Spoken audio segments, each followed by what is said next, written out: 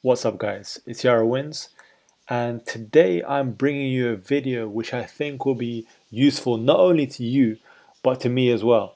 So as a backstory, I've played Ultimate Team for 10 years since the start, and I've never actually yet gone down the route of a road to glory, which is, if you don't know, essentially grinding the game, not purchasing FIFA points, no sort of paid packs, things like that, just playing the game, gradually improving your team.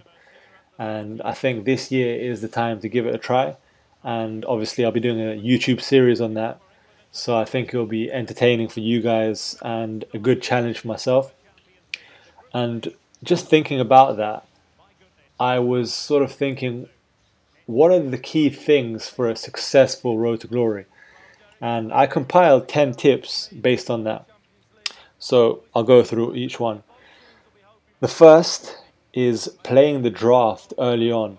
So in the first days and I guess weeks of FIFA, the draft is a great way to stack some packs into your club, but it's something that I wouldn't recommend unless you're a player that's above average, because you get a lot of competition early on with sort of skilled players that also have the same idea. And considering it costs 15,000 coins to enter a draft, if you're not winning it, you're likely going to lose all those coins, and at the start that is quite hard to attain. So yeah, that's something that you need to consider. If you're a good player, for sure it's a good thing, because you'll get a lot of good packs potentially for winning, and that will help you maybe pack a big player early on, or some big packs to stack for an event. So that's tip number one. Number two, establishing clear goals for your team. So one thing I sort of have noticed is at the start, if we don't have clear goals, we might not be getting the right sort of decisions made. So we might be purchasing players and not really thinking about their value, what might drop, where we're potentially losing important coins. And yeah, I think having a clear goal or plan of what you want to do with your team going forward is important. Number three, look for an OP cheap league and use that as a base, build on it. So we all know there's always at least one league or multiple leagues that have cheap OP players. So that's important not only for building your team but potentially trading as well. So once sort of more and more player ratings are released and new cards are released, have a scan of that, understand which leagues potentially are OP, based on, obviously we know what stats sort of constitute an OP player, and yeah, that's important. Number four, try to stack some packs for big events. So we all know that when we get packs, we just want to open them. We can't really just keep them in the store. It's very hard to just look at them. But if we have that patience, if we stack packs, for example, for Team of the Year, all those months that you might stack the big packs for, you will potentially have a very high chance of packing a Team of the Year player. And we know how much money that could bring to our clubs, so that's definitely something to consider. Number five, do not buy packs early on with coins.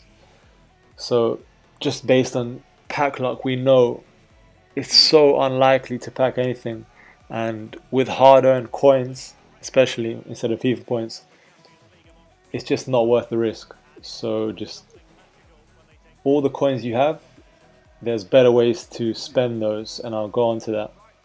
So number six, be wary of overpriced early SBCs.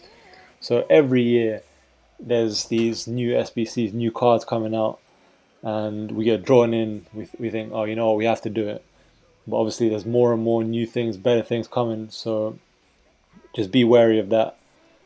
Make sure that you're not overpaying, and the player that you get will be usable for sort of a long period of time afterwards, or just don't do it, because there'll be better options going forward, and if you do, you might regret it. Number seven, use previous FIFA years as reference for trends. So for example, this will sort of go into the 8th tip as well.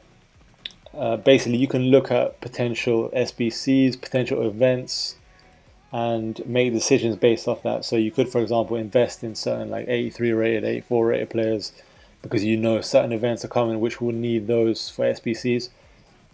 And if you're ahead of the sort of the casual, the average player who doesn't really look into that, which is most of the market really, you have the potential to make a lot of coins. And yeah, with the 8th thing, invest in cheap icons early. So I remember last year, I think the cheapest icons were something like 200k in the first 2 weeks. And then, as we know, the icon SBCs came out and they, I don't know, trebled in price at least. And I was really regretting not doing that because I could have obviously trebled my money. And yeah, for some reason people don't really think of that. But the cheapest non-usable icons, I don't know, like a baby layman or something, try and invest in those. And yeah, you could treble or double your money, or well, we'll see what happens, but definitely make big profit. Number 9, understand the game meta. So this will also lead into the next one, but what we always need to understand is what is the most overpowered tactic, what are the most important stats, what really makes certain players useful in Ultimate Team. So once we understand that, we can sort of make decisions also on what kind of players we want, what kind of players that will be effective for us. But leading into with that to the final tip, remember to enjoy yourself and build a team that you want, not what the meta strictly dictates. Obviously we have to take into consideration what is effective, and if we want to win, obviously we have to sort of conform to it a bit, but everyone's team should be unique to them. It's our ultimate team, and having sort of different teams, it keeps the game varied and fresh. So I'll definitely just say that as a final tip. Get the players that you want, that are your favorite players, not particularly just the ones that are the most OP. So yeah guys, that's the 10 tips. I think it'll be helpful not only for all of you, but for me as well. And keep your eyes peeled for the Road to Glory series coming up. If you have any questions or comments, drop them below.